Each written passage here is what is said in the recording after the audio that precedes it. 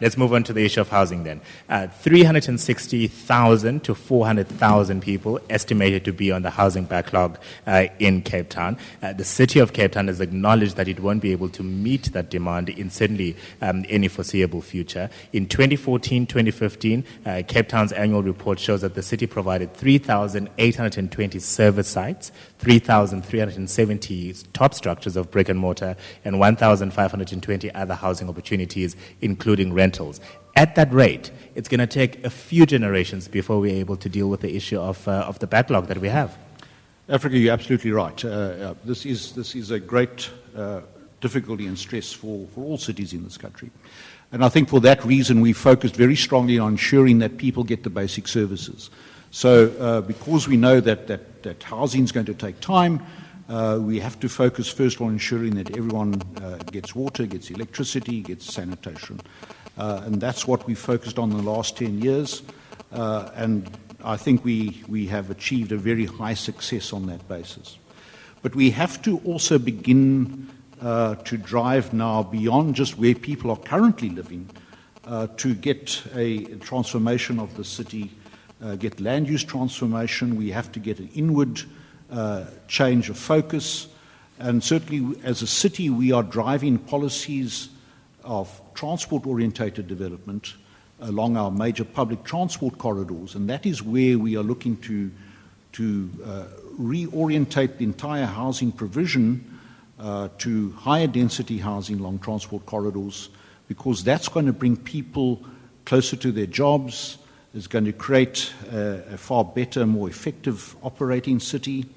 And so, we've chosen particularly the two key public transport corridors, the Voortrekker Road corridor and the N2 Southeast corridor, where we focus our efforts.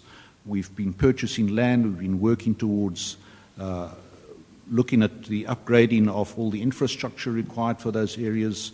And we're beginning, for example, in Langa, you've seen the transformation of the old hostels there into new blocks of flats, for example, as the change of this focus to something that is much more sustainable into the future. All right, let me bring in Tony here. Well, it astounds me that Ian Nielsen will make these admissions. 10 years later, you've been in governance for 10 years. All that you can speak to people about is that we're planning, we're developing policy, we're going to deliver. Nothing's actually happened. You should apologize to the people of Cape Town for only providing around 7,000 houses in the last financial year. These are failures of a government, and the way that we start gaining people's trust is by admitting to that and saying that we're going to do better. But let's look at the low-hanging fruits. Let's look at the things that can most easily be attended to. Of the 360,000 roughly housing units that we need in the city of Cape Town, probably half of those, 180,000, those people live in backyards. Backyards are an easy do. You can bring services to backyards so easily. Already you have the electricity, the water, and the sanitation points, and you can hook people up to that. You can give people some security of tenure in backyards. You can define what the rates should be that are charged for backyarders, but none of that's been done by the city. In the last elections, the mayor promised that, but nothing's been done. So what you've got to do as the city is you've got to have a plan that people can understand is going to respond to their need. And we want to go back to our point about what are the most urgent needs. So the city spends 21 million rand, or 23 million rand to be fair to them, on backyarders and rolling out this. Yet it spends 400 million rand on upgrade to the Sea Point Pavilion and the Strand Pavilion. This must show the people of Cape Town. And some of the callers who called in earlier must probably define this thing. We're not here talking in defense of the white middle class. We're talking in defense of where the greatest needs are. The white middle class has been taken care of. Have a bit of patience. Have some empathy for the rest of Cape Town so that we can build a city that takes care of all of its people and creates one community. But a lot of the communities that are phoning in are reinforcing the logic and the focus of Ian Nielsen and the Democratic Alliance of defending Let me ask those this then, Tony. If for some reason, is there a possibility that the ANC could be elected into power on the 3rd of August? Probably not. But let's imagine for a second that the mayor of Cape Town is indeed Xolani Sotashe and the ANC has a majority council. What are you going to be doing to deliver on the housing that is so desperately needed by so many Cape Townians? Well, let's start that point by at least being honest in this discussion. We can't preference a discussion by saying if the ANC wins. Every chance, every party going into the election has a fair chance of convincing people about their platform. If we on public platforms as the unbiased presenters give an impression that one party's passed the post already, it makes people just gather around that. But let's focus on the issue on what we will do. The first thing that we will do is we'll ensure that we'll provide services to backyarders. We'll then roll out services at the same time to people in informal settlements. But what we'll do, we'll take the property pockets that exist in many of the wealthier, leafy suburbs at the moment, and we'll develop low-cost, affordable housing in those communities for people who live there. We'll also put in place high density, but we'll prioritize this. We'll prioritize this ahead of the money that's spent on the Sea Point and the Strand Pavilion and the 50 million rand advertising budget. All right, Ian, I'll give you a chance to respond now, but let me bring Grant here. Africa, in terms of the ACDP, land is what defines a nation. It can either, access to land either heals or divides a nation. And what we have in Cape Town and around South Africa is land is a divisive issue. It's not. There's nothing that is happening in this city and around the country that is speaking to land and access to land healing a nation. 7,000 homes as opposed to 400-odd thousand as the waiting list, with over 50% of them being on the waiting list for more than 10 years. That is an indictment on all levels of government, not just this government. They've done their best. The previous government did their best. This is a legacy around South Africa that all of us need to take responsibility for. And we should actually be prefacing the discussion on this about how we can all work together to deliver good quality, affordable and livable homes. But we can't do that when 23% of the homes that are delivered have housing defects of the 7,000.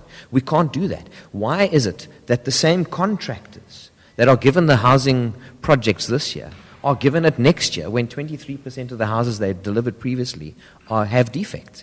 Why is it that we allow that to happen, not just in Cape Town, around the country? The ACDP wants to change that. All right, Bernard? Thank you.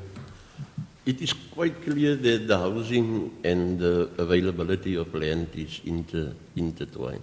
To address the housing issue, you need to address the land issue. Therefore, in terms of our 7 cardinal pillars, cardinal pillar number 1 is quite clear. We need to expropriate land for equal distribution to our people, so that we can start addressing the land issue for the availability of building decent housing. Now, the challenge that we have in terms of housing, Grant has mentioned the issue of defects, so I don't want to go there. If you look at our houses in the township areas, most of our houses, the toilets are basically in the kitchen. How can you prepare food for your family when your toilet is in the kitchen? And it's basically a half wall that is dividing the kitchen and the toilet. These are the things that we need to address. So going forward, I can see there will still be a lot of conflict within our respective communities. As soon as we address these types of challenges, the more problems or protests will develop, because people will see, these people have moved in the other day, why are the houses like this? We also want decent housing. All right, and so spacious housing. Questions of land, Ian, questions of quality of housing. 23% of those houses seem to have defects in them, and that obviously important issue of being able to, in a dignified way, release certain bodily fluids. And Bernard Joseph raising an issue there that often you have this unit that is sitting right next to the kitchen that you use for number 1 and number 2. Well, certainly, but I think the other point that was raised was around backyarders. And I'd certainly say that backyarders is, as Tony says, an absolute no-brainer. It's something that we have to do. So it's very surprising that Cape Town, in fact, is the only city in South Africa that is providing services to backyarders. They are something of the forgotten people of South Africa. In the city, we have already spent around 167 million rand in terms of providing services to backyarders, and we continue to roll that out. We will accelerate that because it is for us a very important part of resolving the services to poor people. I agree around, where contractors don't produce the right goods, they've got to be dealt with. And we have to take those contractors to task. We certainly, in Cape Town, if a contractor does not deliver to the right standard, they are blacklisted, and we also put them on the National Treasury blacklist so that they can't do business elsewhere in the country. And those certainly have to be dealt with. I think, but critically, in terms of our ability to provide housing, we must also remember constitutional responsibilities, because the responsibility for funding housing is not a local government. We've not been given the resources to do that. It is a national government responsibility to find the funding for housing. And the extent to which we and other cities are able to deliver on housing depends on what they give us.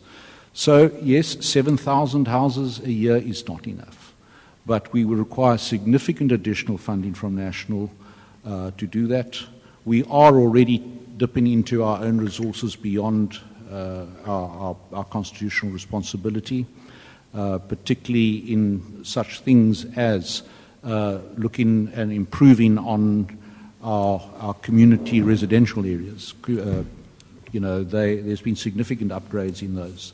So I think those are the key issues, and we will continue to look to better housing in the future and better contractors. All right. Tony wants to come in, but what I heard you saying is that where you are looking to provide housing is going to be along corridors in Cape Town where you can obviously populate with a very efficient public transport system. It has come up time and time again. What about pockets of land that are available within the city and the immediate surrounds to make those available for issues of social housing, for example? Is there no plan by the DA-led city to do that? Is it an absence of land? Because a lot of the land that you have sold within the city or the immediate surrounds has been to private developers generally. Well, certainly those sort of pockets of land that we've sold off are usually far too small to use for any housing project. If you go and look, for example, along the N2, fairly close to town, remember the city is now very big, and the center of town is a place like Langa. And that is where we have done significant social housing, significant upgrades. The former places there that were demolished, we've put up significant blocks of flats to house people in a far better way, in a high density, in this very inner city area. So when we talk about inner city, we've got to say, well, what does Cape Town look like right now? And what is the inner city? The Voortrekker Road is the inner city. Langa is the inner city. The N2 corridor is now the inner city. Those are the areas that we've got to focus on, where the transport corridors are, not where it is nice just on a nice political basis to throw out names like Constantia and so on. Those are not on transport corridors. They're not going to help people get to their jobs easier.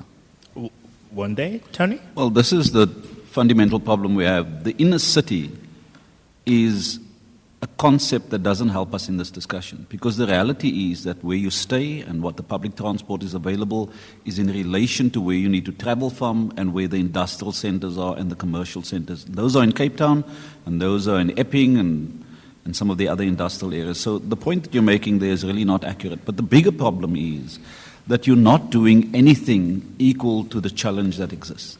And you can't say that the pieces of land that you sold off were not suitable for housing. They've been used by developers to build exactly houses for upper class people. So you could have done the same if there was the political will, but there's not the political will.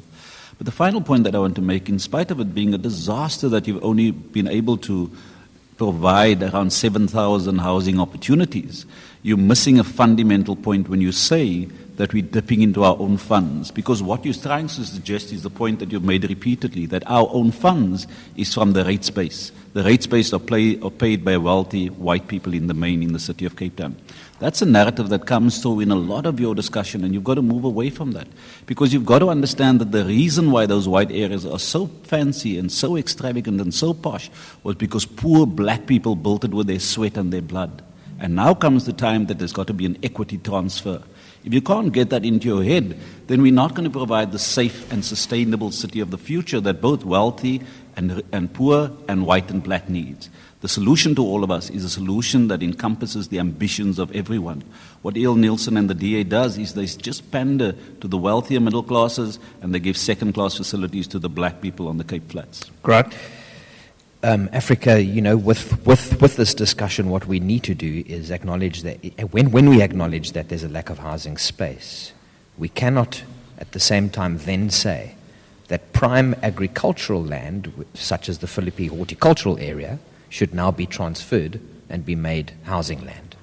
What we have to do is begin to acknowledge and respect that the Philippi horticultural area provides 100,000 tons of our vegetables for Cape Townians, to the extent that it's now farming that out to the rest of the country. What we can't be doing is building houses on that land. That's got to be retained as prime agricultural land to give us all food security. So I'm just sounding a warning here that in the words that we're using to say that we have a housing problem, we must protect Philippi horticultural area from any further development. All right. I'm sure a lot of these issues are going to be touched on by some of the calls that are coming in. Gentlemen, if I can ask you again to wear your earphones, please. Charmaine in Tafelsig, your question is to the EFF. Good afternoon. Hi. My question is, I want to know what is the EFF offering better than DA, because DA have a lot of improvements and they are very good. That's why I want to know what the offer can be. Offer the people to vote for them. All right. Charmaine, thank you very much for that. I suppose, Bernard, the disadvantage you have is that both the ANC and the ACDP have at some point been in government, be it in coalition or leading the city, whereas you are a fairly young and new party. So what are you going to be offering that's different to what the DA is offering? It's very simple. We are on the ground. Since we were elected into the various provincial legislatures and National Assembly, we have worked the ground and we have engaged people. And the needs of the people are very clear and it's contained within our election manifesto. But I would like to speak to the issue of housing. We need to address the housing issue as quickly as possible to ensure that we can improve the lives of people. Thereby, not the type of issues like that have happened in Delft, where the DA are now suddenly have decided to provide title deeds to people of Delft.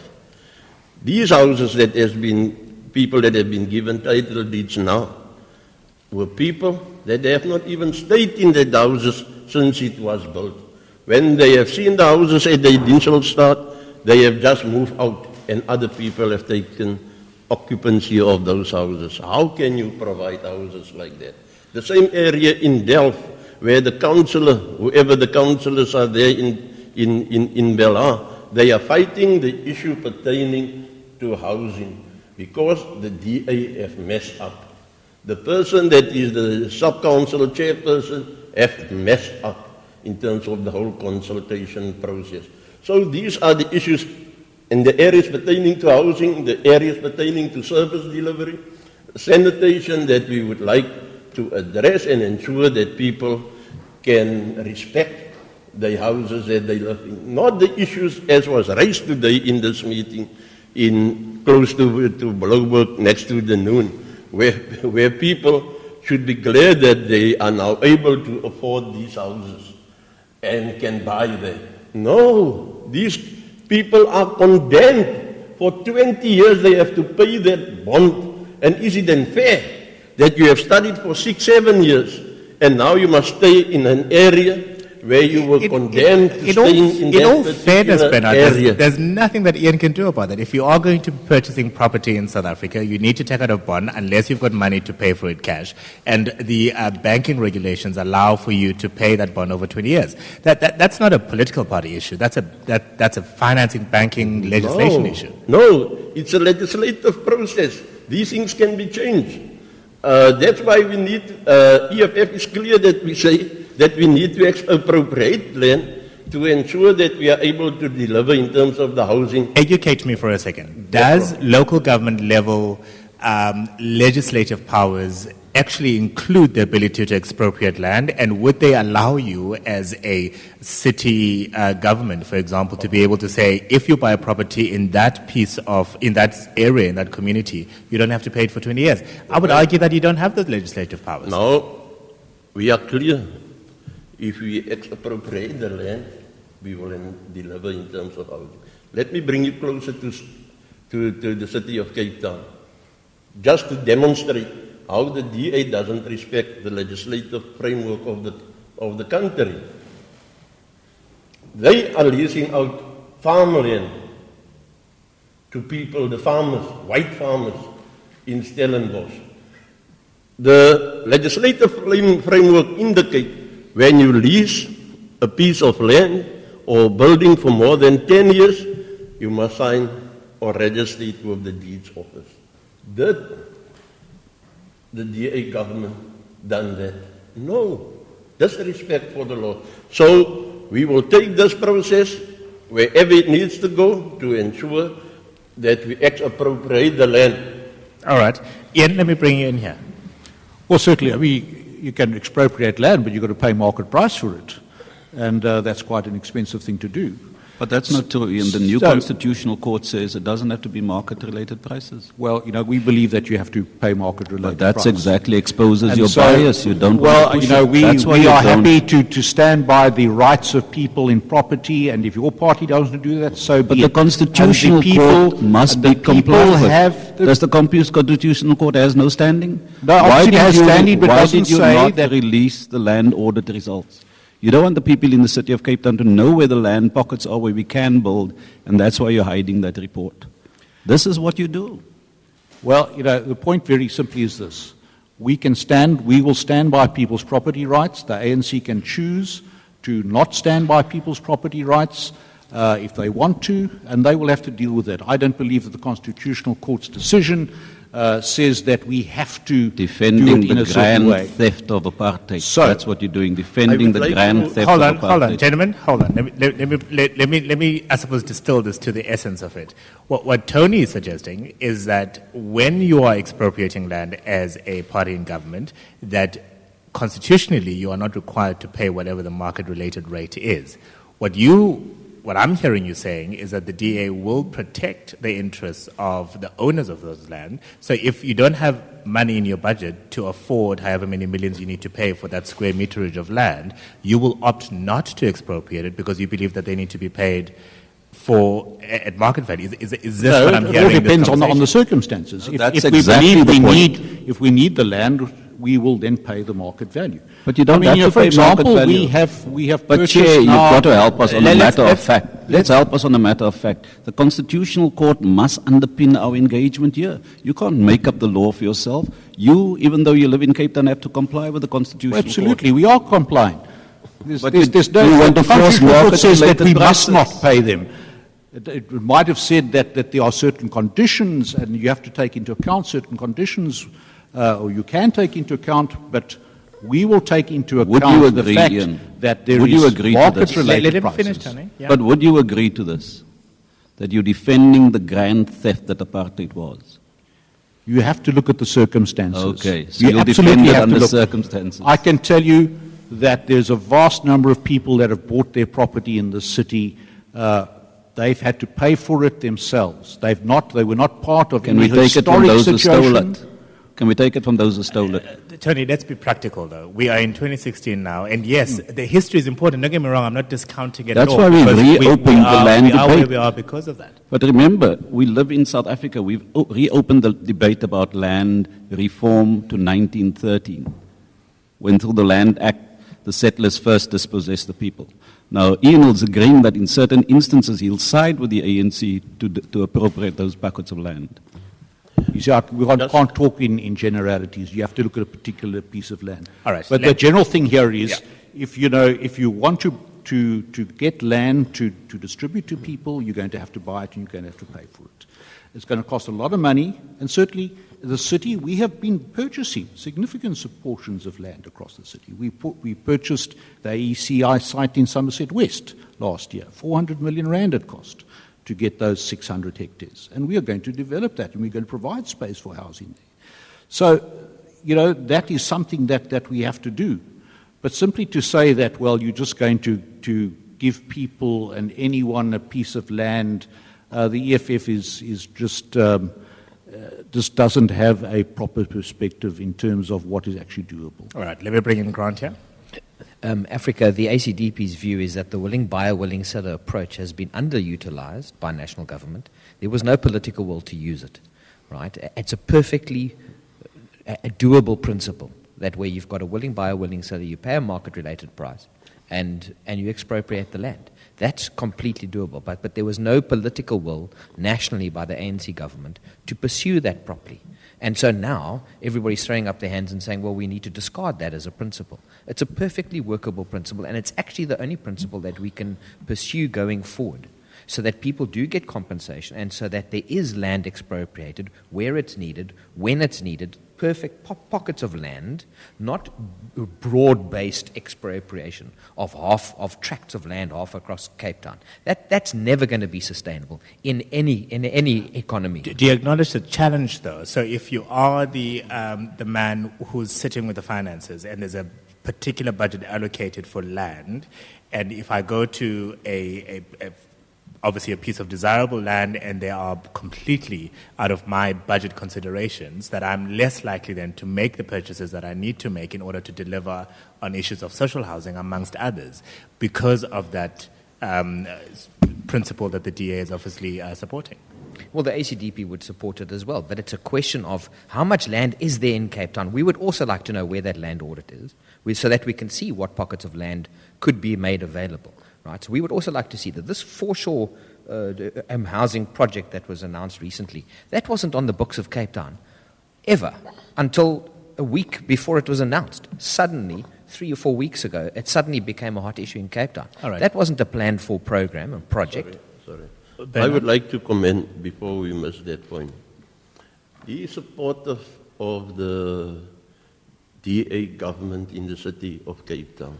But I wonder if he knows that in Philippi, the city of Cape Town have already sold off or signed off the land for development in Philippi, agricultural, and they didn't care. He did raise that point earlier. No, he didn't say it. He's aware that it have happened. He have mentioned these challenges pertaining to food, to using farmland for food security and having it for development.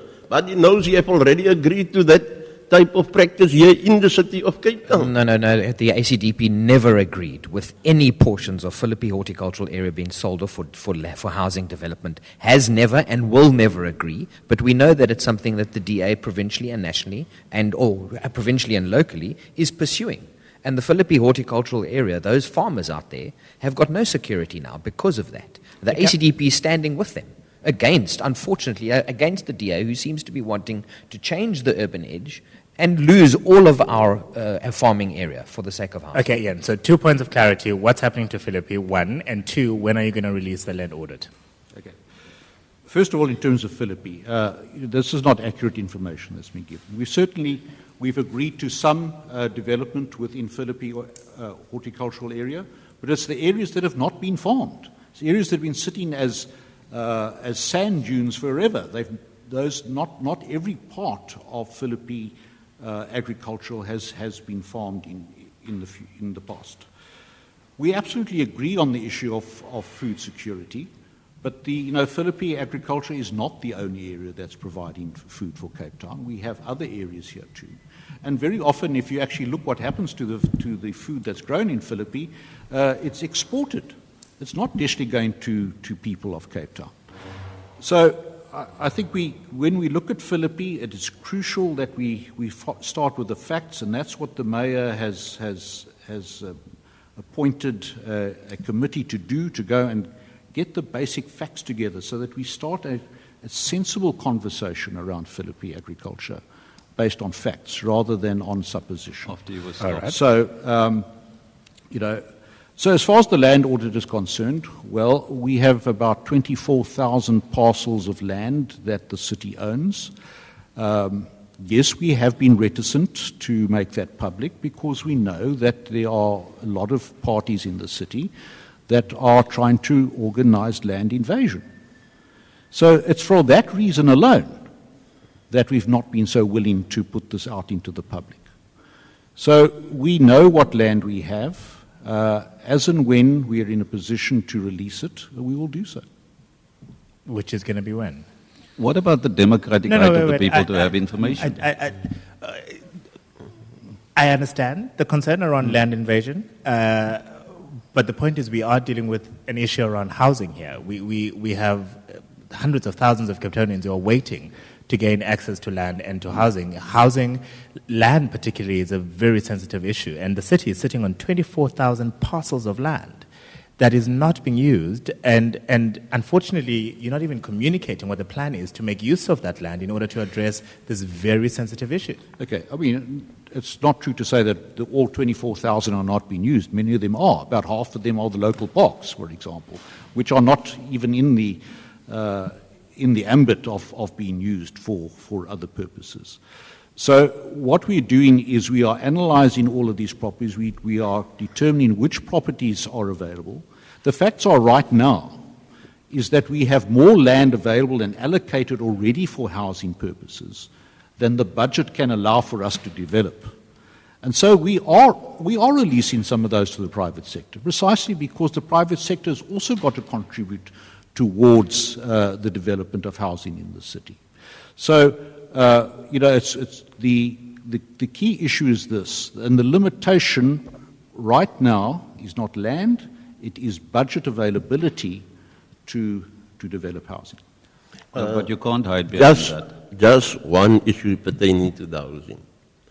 If they know about an audit of 24,000 pockets of land that is available, why did they wrongfully build in Ward 26 flats that the council have given a major ban to build, to continue with the development of that flats?